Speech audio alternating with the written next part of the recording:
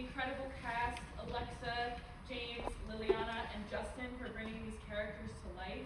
I want to thank Alex for doing costumes, my family for their constant support, my friends for being my proofreaders and my first audience, and Dr. Curley's Playwright Workshop class. It's been such an honor being able to show my work up here alongside such talented playwrights, and I really hope you all enjoy. Thank you.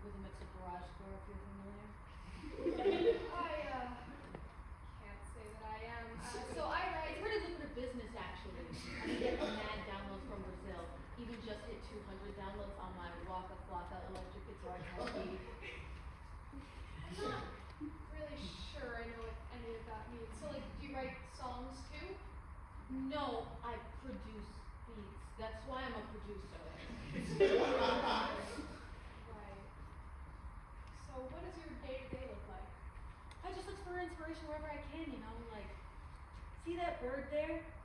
I could so make a sick bird synth type beat. The inspiration's just everywhere. What exactly is a bird type beat? So you know how birds chirp, right? And like tweak? So like I take that and I can add in this sick synth overlay. And then like boom, easy hits. Oh. Yeah. I see. That's cool. I write articles, mostly on local restaurants and small businesses, that kind of stuff. What about the local music scene? Yeah, I actually went to this awesome jazz show over at Delia's the other week, and Do you think you could write an article about an up-and-coming music producer from the area? I don't really get to decide what I write. It like comes from editors mostly. Oh, for sure. Keep me in mind though. Could even give you a tour of my studio sometime. You have your own studio? Yeah, I have this sick setup in my mom's garage. Right. What kind of stuff do you need for that? Just a laptop with GarageBand, really. Let me give you my producer tag. You can listen to some of my stuff. Oh, tap the bell. I think time might be. No, click on my left. Whole minute left. You can find me on YouTube, Spotify, and SoundCloud under 19 Cute Photos. What an interesting producer tag. Pretty sick, right? What was the inspiration behind that? So you know how cobras are seen as these like aggressive murdering machines? I just think that's fake. Like a government conspiracy. So I figured we need to stop undermine their species as a whole. And I thought I could make a difference and call them cute. Damn. What if I fast, didn't I? Look me up. You can write that article. First day went that well? God, you have no idea. I'm just gonna hope it was high in his mind. For his sake. So, where are you from? Upstate, but I moved to the city after graduating college. You? Born and raised, baby. Oh, nice. Have you always lived in Manhattan? Yes, sadly. Although, I'm close enough to Little Italy. You really like Little Italy? Well, you see, I'm Italian. Oh, I see. Yeah, if I can't be home in the motherland, at least I can be as close as possible. And that's Little Italy? Bellissima, you get it? So what do you do? Oh, my my work is complicated. It's not easy to describe for those not in the know. Are you like running a startup or something? Let's just say I'm my own boss. Am I gonna see you on Shark Tank soon? No. My field of work isn't exactly publicized, if you catch my drift. You can't just ask that. Claire, you never know who can be around. But no, I'm not. I'm just unemployed. I'm sorry. It's fine. You made that sound so ominous. Well, when you think about it, I really am my own boss.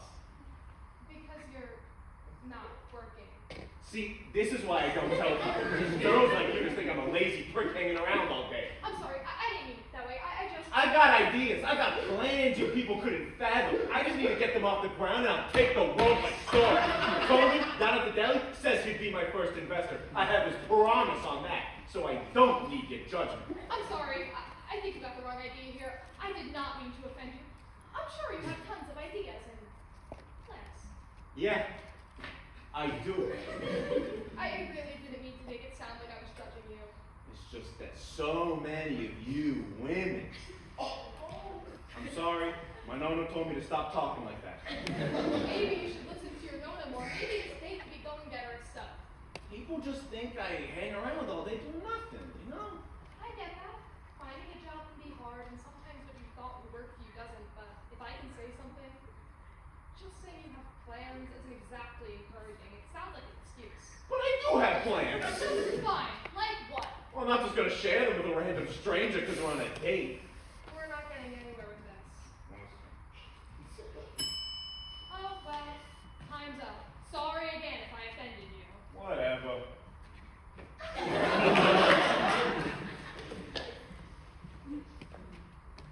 Hi. How are you? Good, thanks. You? How's this thing working out for you? Can't say I've met the love of my life, but it's been entertaining. You?